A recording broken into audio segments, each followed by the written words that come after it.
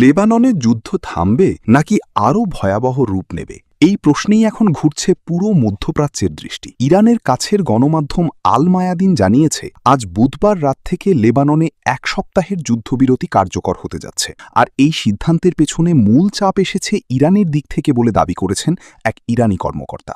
এই সাময়িক যুদ্ধবিরতিটি আমেরিকা ও ইরানের মধ্যে চলমান যুদ্ধবিরতির শেষ সপ্তাহের সঙ্গে মিলিয়ে নেওয়া হয়েছে।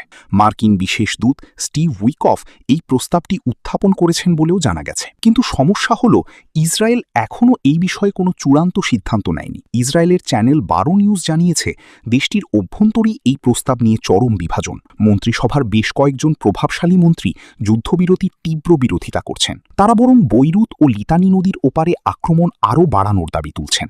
এই স্পর্শকাতর বিষয়ে আলোচনার জন্য আজ রাতে ইসরায়েলি মন্ত্রিসভার একটি বিশেষ বৈঠক ডাকা হয়েছে। আর এই বৈঠকের সিদ্ধান্তের উপরই নির্ভর করছে আগামী দিনের ভাগ্য। লেবানন শান্ত হবে নাকি সংঘাত নতুন মাত্রা পাবে? অন্যদিকে লেবাননের দক্ষিণ অংশে লেবাননের সশস্ত্র গোষ্ঠীর বিরুদ্ধে ইসরায়েলি সেনাদের যুদ্ধ চলছেই। ইসরায়েলের দাবি, তারা লেবাননের বেশ কিছু এলাকা নিজেদের নিয়ন্ত্রণে নিচ্ছে, যাতে তাদের দেশের সীমান্তে থাকা সাধারণ ইসরায়েলি নাগরিক শান্তিতে ঘুমাতে পারে এবং কোনো রকেট হামলার ভয় না থাকে। বিশেষজ্ঞরা মনে করছেন, ইসরায়েলের এই কঠোর অবস্থানের কারণে মধ্যপ্রাচ্যে শান্তি ফিরে আসা আরও কঠিন হয়ে পড়ল। এই ঘোষণা সাধারণ মানুষের মনে যুদ্ধের আতঙ্ক আরও বাড়িয়ে দিয়েছে।